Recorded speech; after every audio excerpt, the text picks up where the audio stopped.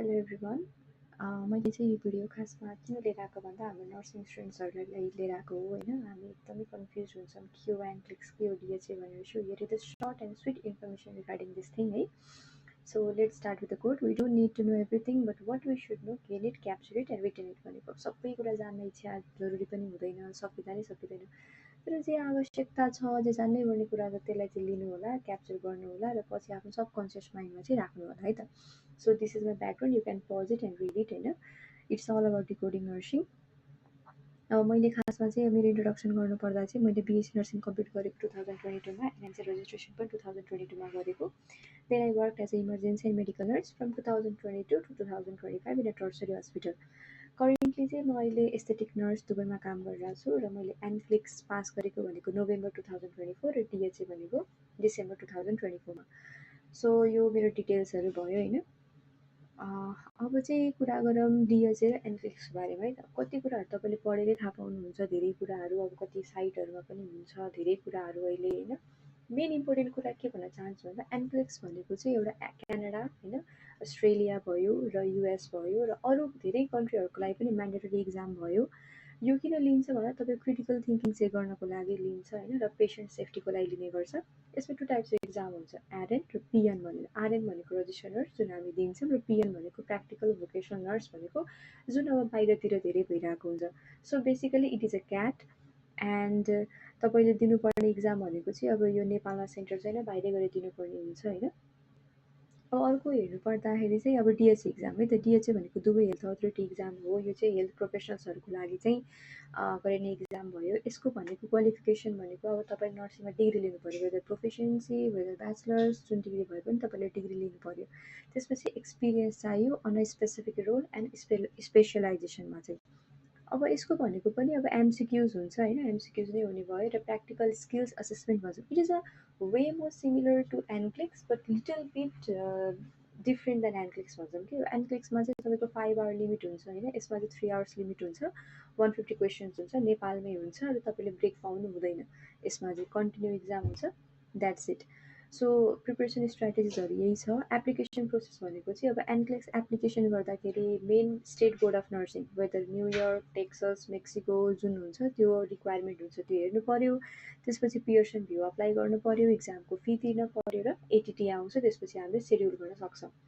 अब डिएचएको लागि गर्ने भनेको चाहिँ पहिला डिएचए अकाउन्ट बनाइन्छ होइन, डिएचए रजिस्ट्रेसन पोर्टलमा गएर त्यसपछि हामीले डकुमेन्ट्सहरू सब्मिट गर्नुपर्ने हुन्छ। कम्पलसरी डकुमेन्ट्स भनेको एजुकेसन सर्टिफिकेट्स भयो, प्रोफेसनल लाइसेन्स भयो र proof of experience, where you have work, where are you working भनेर चाहिँ एक्सपिरियन्स चाहिन्छ। त्यसपछि हामी इक्जामको फी पे गरेर सेड्युल गर्न सक्छौँ इक्जामलाई। फाइनल टिप्स भनेको चाहिँ time management, stay inform, self care हो होइन। र अर्को भनेको अब मैले मेन फोकस गरेको चाहिँ डिएचए प्रोजेक्टै, किन भन्दा I'm currently residing in Dubai, that's why. So firstly data flow हुन्छ। डाटा फ्लोमा चाहिँ अब एजुकेसन होइन, एजुकेसनमा तपाईँको टियु हो कि पियु हो कि केयु हो होइन, त्यहाँबाट चाहिँ तपाईँले एजुकेसन डकुमेन्ट्सहरू हुन्छ, त्यो डाटा फ्लो चाहिँ अब भेरिफिकेसन्सहरू गर्नुपर्ने हुन्छ, त्यो गराइन्छ। त्यसपछि इम्प्लोइमेन्ट भनेको एक्सपिरियन्स, तपाईँले कहाँ काम गर्नु भइरहेको छ त्यहाँबाट पनि भेरिफाई गर्नुपर्ने हुन्छ। त्यसपछि एनएनसी भनेको हाम्रो लाइसेन्स लिने ठाउँ, त्यहाँ पनि भेरिफिकेसन हुन्छ। यो सबै भइसकेपछि क्रस चेक हुन्छ। यो सबै एउटा ग्रिन लाइनमा देखाउने काम गर्छ। ग्रिन लाइन अगाडि अगाडि अगाडि बढ्दै जानु पऱ्यो र त्यसपछि हाम्रो गुड स्ट्यान्डिङ लेटर हुन्छ।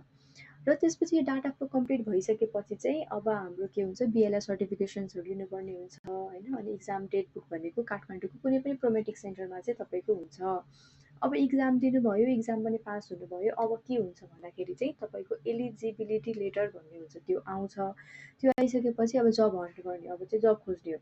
र जब खोज्नुको 2टा तरिका हुन्छ। एउटा भनेको चाहिँ अब यहीँबाट इम्प्लोइमेन्ट भिजा लिएर जाने, त्यो चाहिँ एकदम गाह्रो पर्छ होइन, तपाईँलाई कुनै अब कति कुराहरू डिफ्रेन्ट हुन्छ, कति कुरा हामीलाई थाहा हुँदैन। अर्को भनेको भिजिटमा जाने, त्यसपछि त्यहाँबाट अप्लाई गर्ने, वक इन इन्टरभ्यू दिने र पास हुने र त्यसपछि जब पाइन्छ। अब फर्स्ट भनेको भिजा एप्लिकेसन प्रोसेसमा चाहिँ अब टिपिकल्ली भिजिट भिजा युज गरिन्छ, जुन चाहिँ 90 डेजको हुन्छ। र अर्को भनेको चाहिँ अब कन्सल्टेन्सीले गर्ने काम। मैले चाहिँ ब्राइट भिजनबाट गरेको हो, मेरो सबै कामहरू उहाँहरूले गरिदिनु भएको हो। सो मेरो भिजा एप्लिकेसन, मेरो युए एम्बेसीको डकुमेन्टेसन भयो, स्ट्याम्पिङ भयो होइन, सबै कुराहरू चाहिँ मेरो कन्सल्टेन्सीले गरिदिनु भएको हो। र अब अर्को कुरा के इम्पोर्टेन्ट हुन्छ भन्दाखेरि दुबईमा चाहिँ नर्सको पनि दुईवटा क्याटेगोरी हुन्छ। एउटा भनेको पिसिएल प्रोफिसियन्सीलाई चाहिँ हामी असिस्टेन्ट नर्स भन्छौँ यता भने, बिएससिपिआरलाई रजिस्टर्ड नर्स भनेर चाहिँ भन्ने गर्छौँ। अब यति कुरा भइसकेपछि तपाईँ यहाँबाट डिपार्ट हुनुभयो, तपाईँ त्यहाँ अराइभल हुनुभयो, तपाईँ पुग्नुभयो। अब यो पनि कन्सल्टेन्सीले नै गर्ने काम हो मेन एउटा, नत्र तपाईँको रिलेटिभ्स हुनुहुन्छ, कोही चिनेको मान्छे हुनुहुन्छ या तपाईँले उहाँको थ्रुबाट आउनुभएको छ भने उहाँले गर्ने काम भयो। So after your arrival pickup गर्नुपर्ने हुन्छ एयरपोर्टबाट। अकोमोडेसन्स भनेको बसाइ भयो, फुडिङ भयो, जब हन्टिङ भनेको जब सर्च गर्ने, त्यसपछि ट्रान्सपोर्टेसन भयो र मोफाई स्ट्याम्पिङ भन्छौँ यहाँ चाहिँ मिनिस्ट्री अफ फरेन अफेयर्सको। जुन तपाईँको डकुमेन्टहरू जुन डाटा फ्लोको सबै डकुमेन्ट कम्प्लिट भइसकेपछि एउटा कन्सल्टेन्सीले डकुमेन्ट दिन्छ। त्यो डकुमेन्टमा चाहिँ नेपालको सबै कामहरू भइसकेपछि त्यही डकुमेन्टमा चाहिँ यहाँको मोफाई स्ट्याम्प चाहिँ लाउनुपर्ने हुन्छ। अब आइसक्नुभयो, जब हन्ट गर्नुपर्यो। जब हन्ट गर्दाखेरि कसरी खोज्ने भन्दा तपाईँले भ्याकेन्सी हेर्ने। अब भ्याकेन्सी हेर्दा असिस्टेन्ट नर्स, रजिस्टर्ड नर्स भनेर हुन्छ। अब अपर्च्युनिटीको कुरा गर्दाखेरि असिस्टेन्ट नर्स चाहिँ इनिसियल्ली तपाईँ फर्स्ट टाइम आउनु हुँदाखेरि तपाईँले कस्तो अपर्च्युनिटीहरू पाउनुहुन्छ भन्ने कुरा। सो इनिसियल्ली तपाईँले असिस्टेन्ट नर्सले चाहिँ होम केयरै पाउनुहुन्छ म्याक्सिमम्।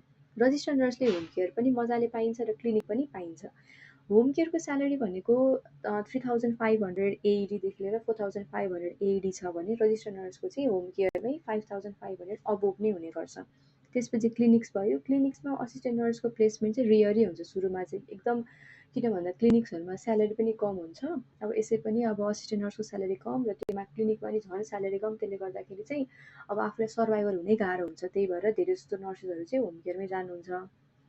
रजिस्टर्ड नर्सको चाहिँ 3500 भनेको 3500देखि 5K सम्म स्टार्टिङ हुन्छ। बट स्टिल इट डिपेन्ड्स होइन, तपाईँको क्वालिफिकेसन कस्तो छ त्यो कुराहरू डिपेन्ड गर्छ। मेरो इनिसियल स्यालेरी चाहिँ 5000भन्दा धेरै नै थियो।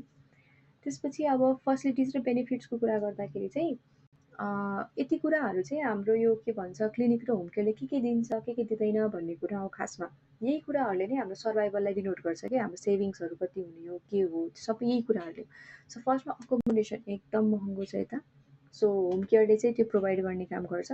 बट सिम्पली भन्दा उनीहरूले प्रोभाइड गर्दाखेरि बेड स्पेस भन्छ कि, जस्तो हामी होस्टेलमा बस्छौँ नि काठमाडौँमा girls hostel, a room full of beds and a single cupboard, अनि त्यो भनेको बेड स्पेस भयो, त्यस्तो टाइपको दिन्छ। But definitely I don't know particularly चाहिँ कस्तोले के दिन्छ भनेर।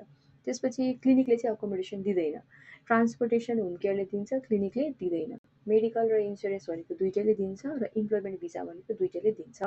अब यो सबै दिइसकेपछि अथवा यो सबै तपाईँको अफर लेटरमा लेखेको हुन्छ कि कति आवर ड्युटी हो होइन, तपाईँले के गर्ने हो, तपाईँको रोल्स एन्ड रेस्पोन्सिबिलिटिजहरू, तपाईँको टाइमिङहरू, तपाईँको स्यालेरी, बेसिक स्यालेरी, अलाउन्सेसहरू सबै त्योमा लेखेको हुन्छ। सो हेरेर तपाईँले साइन गर्नुपर्ने हुन्छ। अर्को इम्पोर्टेन्ट कुरा एक्सपेक्टेसन भर्सेस रियालिटी है त। हामीले एकदम अब फरेन भनेपछि लग्जरियस लाइफस्टाइल हुन्छ, अपर्च्युनिटिज धेरै हुन्छ भनेर सोचेर आएको हुन्छ। बट इनिसियली चाहिँ त्यो हुँदैन। Once you get experience it is best है फेरि। अब इनिसियली अकोमोडेसन कुरा गर्दा यहाँ आइसकेपछि लोफ्ट हुन्छ, पार्टिसन्स हुन्छ, स्टुडियोज हुन्छ होइन, बेड स्पेसहरू हुन्छ, त्योहरू तपाईँले गुगल गरेर हेर्न सक्नुहुन्छ। फुडिङमा अफोर्डेबल नै हुन्छ फुडिङ चाहिँ, तर तपाईँले सेल्फ प्रिपेयर गर्नुपर्ने हुन्छ। किचन सेयरिङ हुन्छ, तपाईँले सेल्फ प्रिपेयर गर्नुपर्ने हुन्छ। ट्रान्सपोर्टेसनमा चाहिँ एनओए कार्ड भन्ने हुन्छ, त्यो कार्डमा तपाईँले पैसा हाल्ने, त्यो कार्ड स्वाइप गर्दै मेट्रोमा जाने, बसमा जाने, कार लिफ्टहरू सबै त्यो कार्डबाट चाहिँ हुन्छ। Transportation is quite cheaper.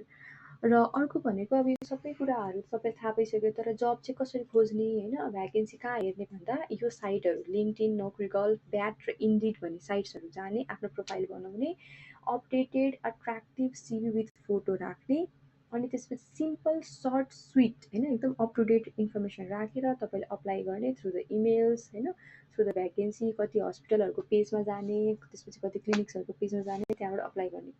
अब अर्को कुरा चाहिँ हस्पिटलहरू चाहिँ सुरुमै इनिसियली प्लेसमेन्ट हुन चाहिँ गाह्रो छ। युएमा दे प्रिफर युए रेजिडेन्स अथवा चाहिँ युएमा एक्सपिरियन्स भएको, तपाईँको होम केयरको छ, क्लिनिकको छ, डजन्ट म्याटर, बट तपाईँको युए एक्सपिरियन्स चाहिँ हुनुपर्छ। एक्सप्याक्ट भनेको अब यहाँ युएको बाहिर, जो बाहिरबाट यहाँ काम गर्न आउँछ एक्सप्याक्ट भन्छ।